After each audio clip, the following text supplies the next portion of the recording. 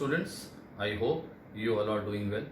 In this section of my video, I'll be going through the concept of velocity time graph, which is a topic of class 9th chapter number 8 from NCERT.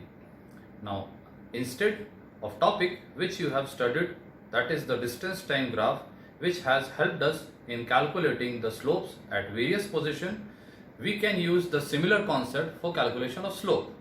Again, if the slope comes similar, the type of motion to be uniform.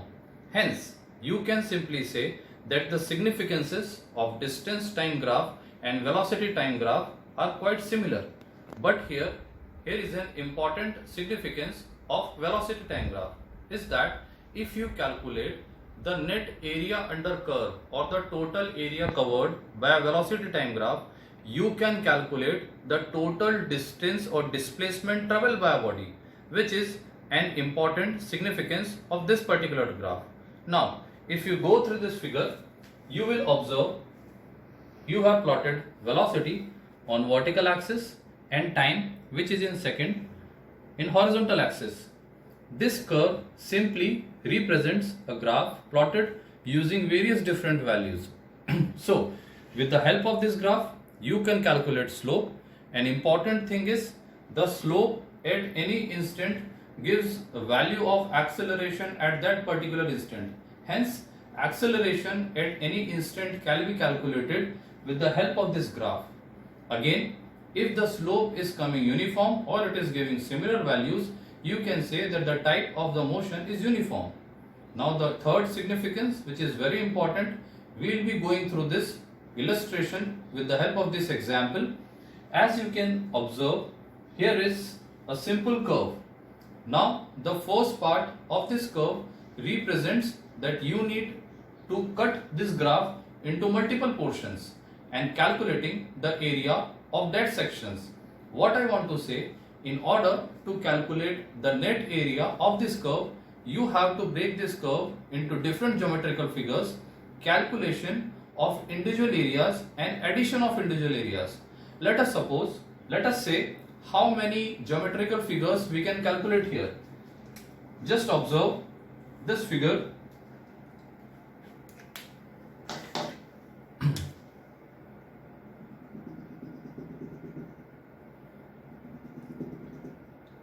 Now you can see that I have broken this figure into two different regions. This first region represents a rectangle, while a second region represents a right angle triangle. Now, the process of calculation of net distance involves calculation of area of region 1, area of region 2 and addition of both the areas. So, let's start with area of region 1 is equals to the area of rectangle, because the first region represents a rectangle. Area of rectangle is length multiplied by breadth. So, what is length here? It represents 9 on horizontal axis. So 9 multiplied by what is breadth? 4. That is 36 meter square.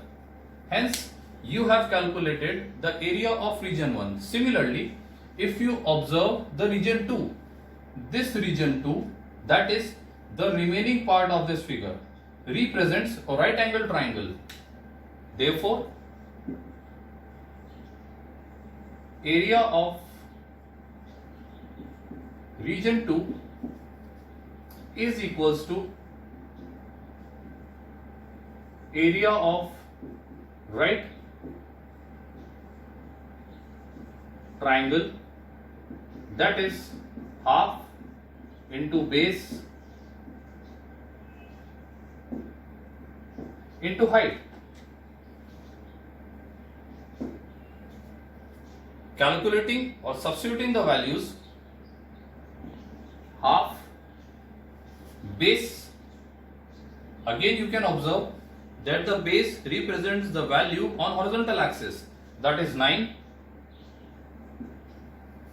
Height, so the initial point is 4 and the final point is 16. 60 minus 4, that this first region represents a rectangle, while a second region represents a right angle triangle.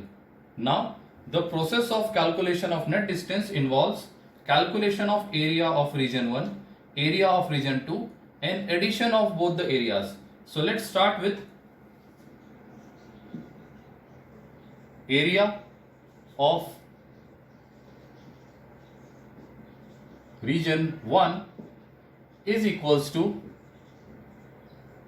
the area of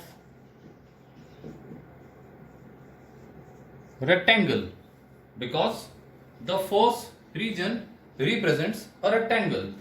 Area of rectangle is length multiplied by breadth. So what is length here? It represents 9 on horizontal axis. So 9 multiplied by what is breadth? 4. That is 36 meter square. Hence you have calculated the area of region 1. Similarly, if you observe the region 2, this region 2, that is the remaining part of this figure, represents a right angle triangle. Therefore, area of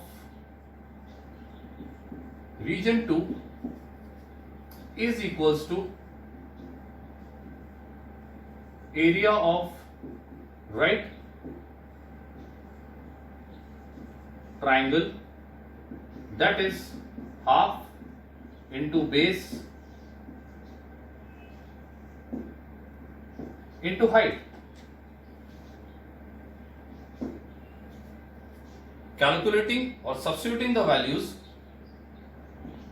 half base, again you can observe that the base represents the value on horizontal axis, that is 9.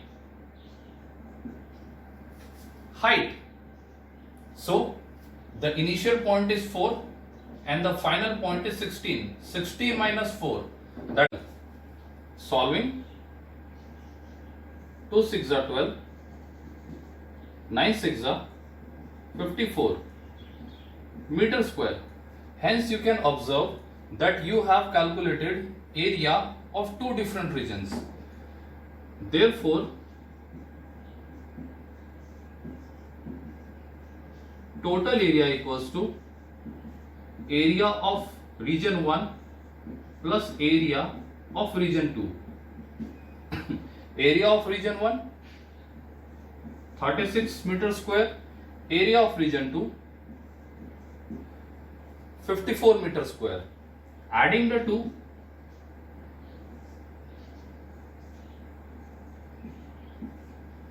you will get the answer as 90 meter square. Hence you have calculated the total area under curve of this given figure. Now remember one thing, while calculating the area, you need to calculate area under curve. Area above the curve should not be calculated. What I want to say, if this is the curve, you have to calculate the area below this curve.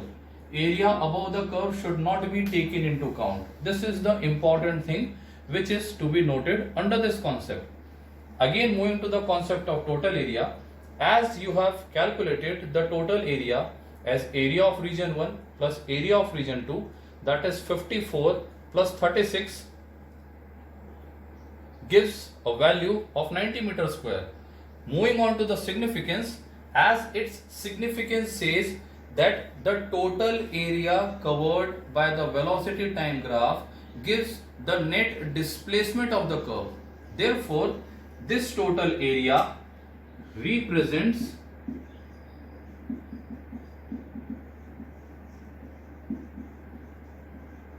net displacement of the object that is 90 meters.